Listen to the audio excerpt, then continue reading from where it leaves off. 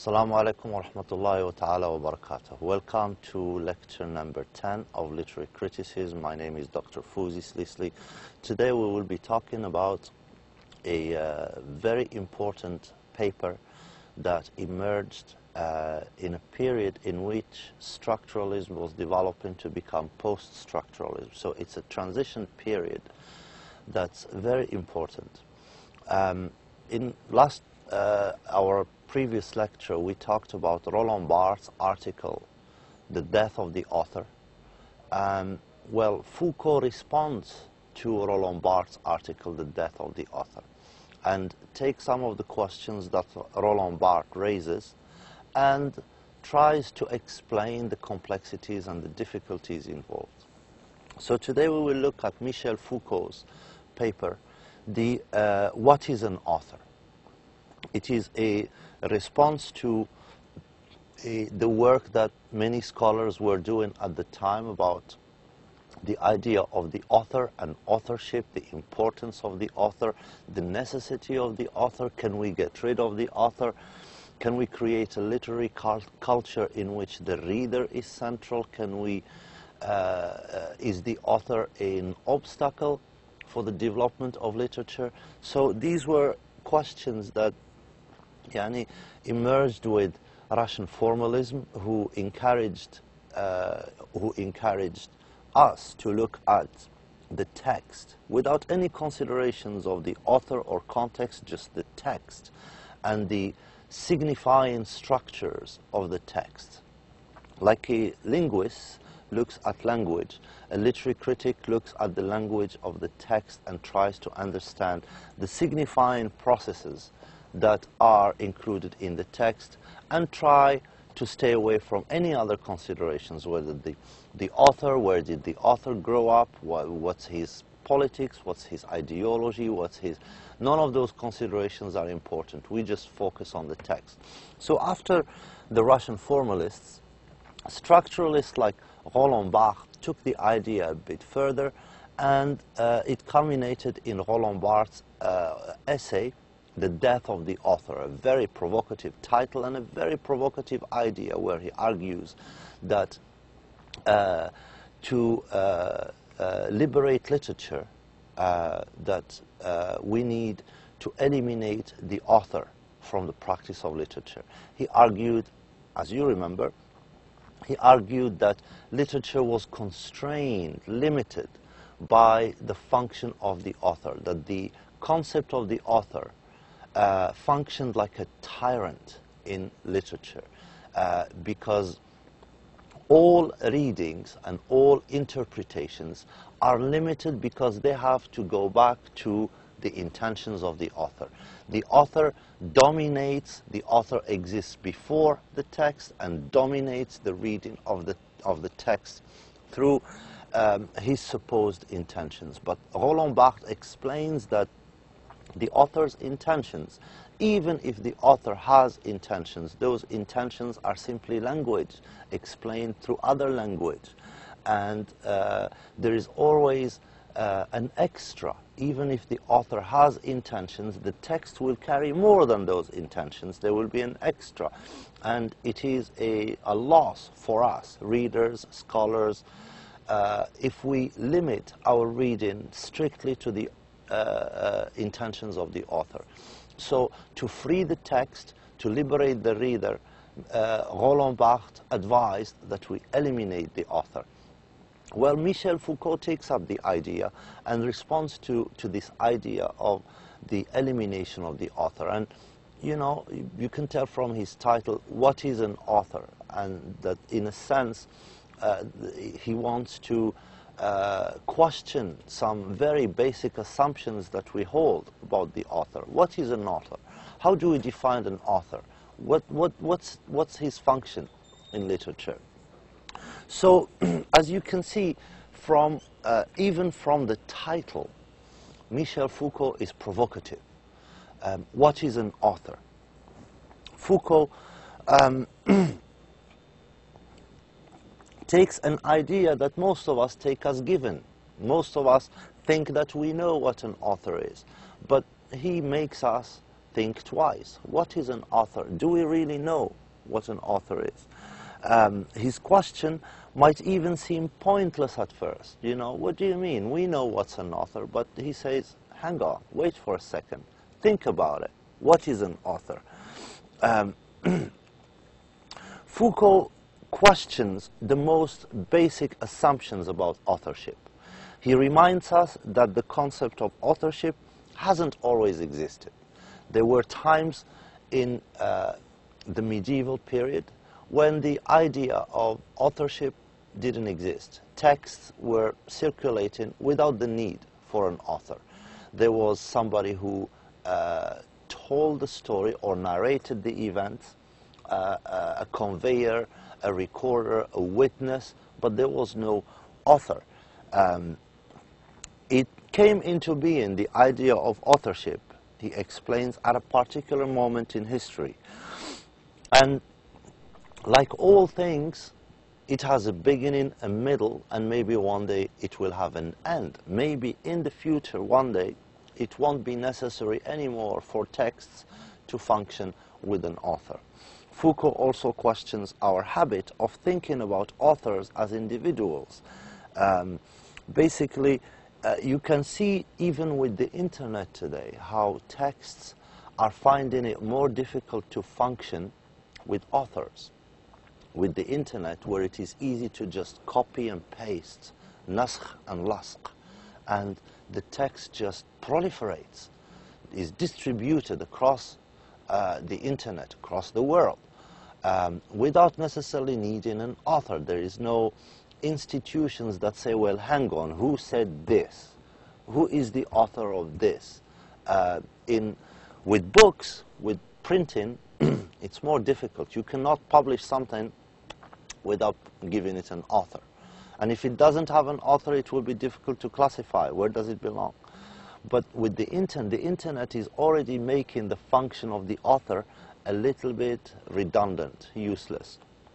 So Foucault also questions our habit of thinking about the author as individuals, as heroic figures, as geniuses that transcend time and place and exist outside of history.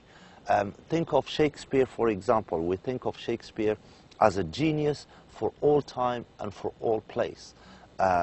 We don't think of Shakespeare as limited to a specific historical time and a specific historical context.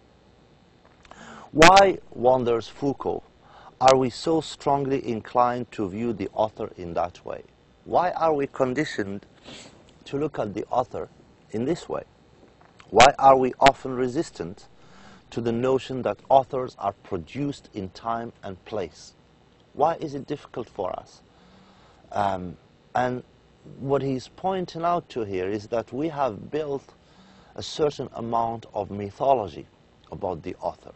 The author, being a genius, transcends his time and transcends his place. So an author exists in the 18th century, in the 19th century. He's relevant to us today. We read poetry or novels and we feel that the author is speaking to us today. So there's an element of mythology. Michel Foucault wants us to question this mythology. What is it made up of? Is it useful? Do we need it? What does it do to us? According to Foucault, Roland Barthes had urged critics to realize that they could do without the author and study the work itself. Michel Foucault says that this urging, that Roland Barthes' idea, is not realistic. It's not realistic and almost impossible to achieve at this point. Foucault suggests that critics like Barthes and even critics like Derrida never really get rid of the author. They don't get rid of the author. They claim, when Barthes tells us the death of the author and acts like he has gotten rid of the author, Foucault says, well, that's not true. He hasn't disposed of the author. Instead, Barthes and Derrida and others merely reassign the author's powers and privileges to writing, to the text. Those privileges and powers that we used to give to the author, that used to be the property of the author, Barthes and Derrida eliminate the author and just reassign that mythology, that whole mythology, those functions and privileges, they reassign them to the text, to language itself. And we start building a new mythology now about the text, about language itself. Foucault doesn't want his readers to assume that the question of authorship has already been resolved by critics like Barthes and Derrida. Basically, he says, do not believe that Barthes or Derrida have solved the question of the author. The question of the author is more complex than that. He tries to show that neither Barthes nor Derrida has broken away from the question of the author, much less solved it. They haven't even broken away from the author, let alone solve it. Foucault asks us to think about the ways in which an author's name functions in our society. How does it function, an author's name, when we say Charles Dickens, for example? How does it function? What does it do? After raising questions about the functions of proper names, he goes on to say that the names of authors often serve as classificatory functions. The names of the authors have classificatory functions. Think, for example, about going to a bookstore to buy a book. Well, you're looking, say, for example, for Oliver Twist. You go into the bookstore and you're going to ask, well, do you have Oliver Twist? The clerk, the gentleman at the bookstore, the first question he will ask you, well, who is it by? Who is Oliver Twist by? So you might say, well, it's by Charles Dickens, right? Then the clerk will take you to a section of the bookstore, the section on literature, and there will be, the books will be classified in an order of letters, right? So you will look for Dickens, for the letter D, right? And you would find Charles Dickens there, and then you would look at his, books until you find Oliver Twist. It probably wouldn't occur to us. I mean, why is it when we go to a library, we go and search by the author's name? It wouldn't occur to us to search by any other criteria. We are so conditioned to classify books by the author's name that we take it for granted. So Michel Foucault says, pay attention to how we use the author as a classificatory criteria, as a classificatory function, and how we do it almost unconsciously. Now Foucault asks, why do most of us assume that it's natural for bookstores to classify books according to the names of their authors? Why is it so natural for them? What would happen to Oliver Twist if scholars were to discover that it hadn't been written by Charles Dickens? If we discover all of a sudden that Oliver Twist was not written by Charles Dickens, what would happen? Wouldn't most bookstores and wouldn't most of us feel that the novel would have to be reclassified, right? Put in a different section of the bookstore, put in a different section of books that we study. It would be looked at completely differently in the lecture hall, in the class, in the classroom, in the bookstore, in the criticism. Everywhere the book would change if we discovered that all of a sudden Oliver Twist was not written by Charles Dickens. And ask yourself again, why would we feel that way? After all, the words of the novel wouldn't have changed. I mean, if we discovered that Oliver Twist wasn't written by Charles Dickens, a lot of things would change. But why is that? Because even if the author isn't Charles Dickens, the words of the book remain the same. But why do we have to make such changes, simply because of the author's name, though the text of the book remains as it is. Nothing has changed. The words remain the same, the sentences remain the same, the chapters remain the same, the story remains the same, everything remains the same. All that changes is that we discover that the book wasn't actually written by Charles Dickens, but by someone else. And this discovery will force us to reclassify the book, not only in the bookstore or the library, but even in university courses, even in the criticism, even in the analyses that we make of the book. Everything would change about it. Foucault here introduces his concept of the author function. This is what he means by the author's function, that we have an author function. We don't pay attention to it. We take it for granted, but it's there. It's the author function. It's not a person. When we say the author function, that's not a person, right? And it should not be confused with either the author, meaning the person who writes, or the writer. The author function is different. The author function is more like a set of beliefs that we have, or assumptions governing the production, circulation, classification, and consumption of literature, of texts. That's the author function. It's a set of beliefs and assumptions that govern the production, the circulation, the classification, and the consumption of texts. This is the author's function. Foucault then goes on to tell us that there is 4 characteristics to the author function. It has 4 characteristics. First of all, the author function is linked to the legal system. It has a legal dimension and arises as a result of the need to punish those responsible for transgressive statements. This function of authorship emerged when at some point when printing was invented and it became possible to print books and circulate books so fast that it became necessary to attach a name to a text, because texts could include insults or transgressive language or dangerous statements that can cause a lot of upheavals, can cause mischief, can cause slander, right?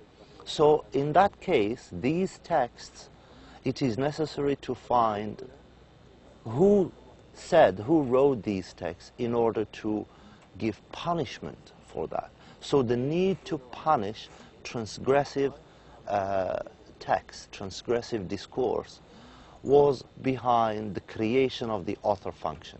This is how courts and legal systems said, well, we will not publish texts that don't have an author, right? Because we want every text to have a name of a person who will assume responsibility for what is said. And if what they say is transgressive, we will punish them. We can find who said this, it's so-and-so. We will find them and punish them. So the author function emerged first. It emerged first because of a need to punish transgressive discourse. That's the first characteristic of the author's function. The author function, the second one, the author function, does not affect all the texts in the same way.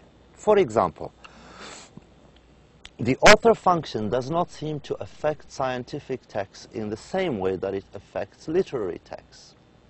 Scientific texts, a lot of the time, don't need an author, but literary texts do need an author. If a chemistry teacher is talking about the periodic table, you probably wouldn't stop her and say, wait a minute, who is the author of this table? But if I am talking about a poem, you might very well stop me and ask me about this author. Who wrote this poem? Who is the author of this poem?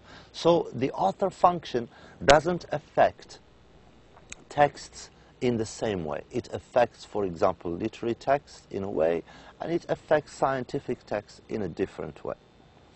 The third function The author function is more complex than it seems to be. That's the third characteristic. And it's one of probably the most difficult of Foucault's characteristics. It's more complex than it seems to be. To illustrate, Foucault gives the example of the editorial problem of attribution, the problem of deciding whether or not a given text should be attributed to a particular author. So, for example, I mean, you might think this is like a simple problem, but it's a huge problem. Think, for example, since most of the literary texts that we have been attributed in a more or less reliable way to an author. So we know that the sonnets are by Shakespeare, we know that Hamlet was written by Shakespeare, we know that Oliver Twist was written by Charles Dickens, right? Imagine, however, a case in which a scholar discovers a long forgotten poem. Here is a long, big poem from the 16th century. It doesn't have an author, it doesn't have a name on it. Imagine, furthermore, if the scholar had a hunch, a guess, makes a guess that the author of the poem was William Shakespeare. So, you know, one day the critic would come and say, hey, you guys, I have found this long poem. It dates from the 16th century. It doesn't have an author, but I think it is by Shakespeare. What would the scholar have to do? What rules would this scholar have to observe? What standards would she have to meet in order to convince us and convince everybody else that she is right? Right? What would this scholar have to prove to show that, yes, this text was written by Shakespeare? And the short answer is that this scholar would need a lot. They would need a lot to prove that this text was by Shakespeare. The fourth function, the fourth characteristic of the author function is that it doesn't simply refer to an individual, to a real individual. We tend to think of the author simply as an individual, a writer. But the author function is not. It doesn't refer necessarily to an individual, doesn't refer to a writer, and doesn't necessarily refer to a narrator. Foucault suggests that he or she can be an alter ego. That basically the author function is a classificatory, systemic, organizational function. It's not simply the name of an individual who wrote the book, or the name of a person or the character who narrates the story. Another important point that Foucault makes is that the author function applies to discourse, to larger discourse, not just to a character, to a person. Think, for example, of Marx, or Marxism, or Freud and Freudianism, right? There is some thinkers or philosophers or scholars who write a book, and that book includes the rules that allow the development of an entire discourse that always goes back to this book. For example, Karl Marx wrote The Capital, and this book allowed the development of Marxism, a whole tradition of writing, of thinking, of philosophizing, all of it called Marxism, and all of it traces its origin back to Karl Marx's book, The Capital. The same thing with Freud, and there's same thing with existentialism, the same thing with, these are founders, what Foucault calls founders of discursivity. An author that writes a book, it's so complex and it has governing rules that can allow the development of a tradition of thought. Madrasa fikriya. And all of those books come back when you say, you look at this book, you say, oh, this book belongs to Marxism, right? And here it's the author function that also uses this classificatory function that allows the organization, the classification of texts in this fashion.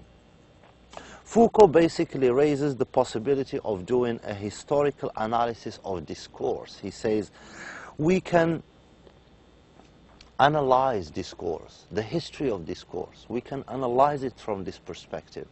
How did the author function? What part did it play to organize discourse over hundreds of years to the point where we are? He says we can do that. If we pay attention to the author function, we can study the history of books and texts and explain how the author function has allowed us to classify texts and books according to a system of classification. And remember here that he began his essay by asking us to imagine why do we think of authors as outside time and place? We tend to think of authors as existing outside history, and that's wrong. He says if we pay attention to the function of the author, we would start seeing authors as belonging to specific time and place. And we would start to understand how the author's function has allowed the classification of books and texts over hundreds of years. Foucault, in the end, argues that the author is not a source of infinite meaning, but rather part of a system of beliefs that serve to limit and restrict meaning. For example, we often appeal to the idea of authorial intentions to limit what someone might say about a text. So if we have a text and you have something to say about it, I would say, well, that's not true because the author's intentions are A, B, C, D. So your interpretation of the text, if it doesn't meet with the author's function, then it becomes wrong. Your reading becomes wrong. So in this sense, the author's function plays a part of marking what's allowed to be said about this text and what's not allowed to be said about the text. And basically determine what's a legitimate interpretation of a text and what's an illegitimate interpretation of the text. You might say that the author's intention, the idea of the author's intention, plays a policing role. It polices interpretation and classifies what's a legitimate interpretation and what's an illegitimate interpretation. And to be a legitimate interpretation, you have to conform to the author's intentions. At the very end, towards the end, Foucault returns to Roland Barthes' ideas and agrees. He agrees with Barthes that the author function may soon disappear. Yes, it might disappear soon. He disagrees, though, that instead of the limiting and restrictive author function, he will have some kind of absolute freedom. He says, you know, if the author's function disappear, it doesn't mean that we will have some absolute freedom now, that now we can have the freedom to read and interpret any way we want. Most likely, he says, one set of restrictions and limits, the author, will give way to another set of restrictions and limits. If the author function disappears, it just means that another set of restrictions and limits will be imposed. There must, Foucault says, insist that there must and always will be some system of constraints and restrictions working upon us. And with this, we come to the end of this presentation. Thank you very much for following. I hope it has been useful, and I hope to see you in our coming lectures. Wassalamu alaikum wa rahmatullahi wa ta'ala wa barakatuh.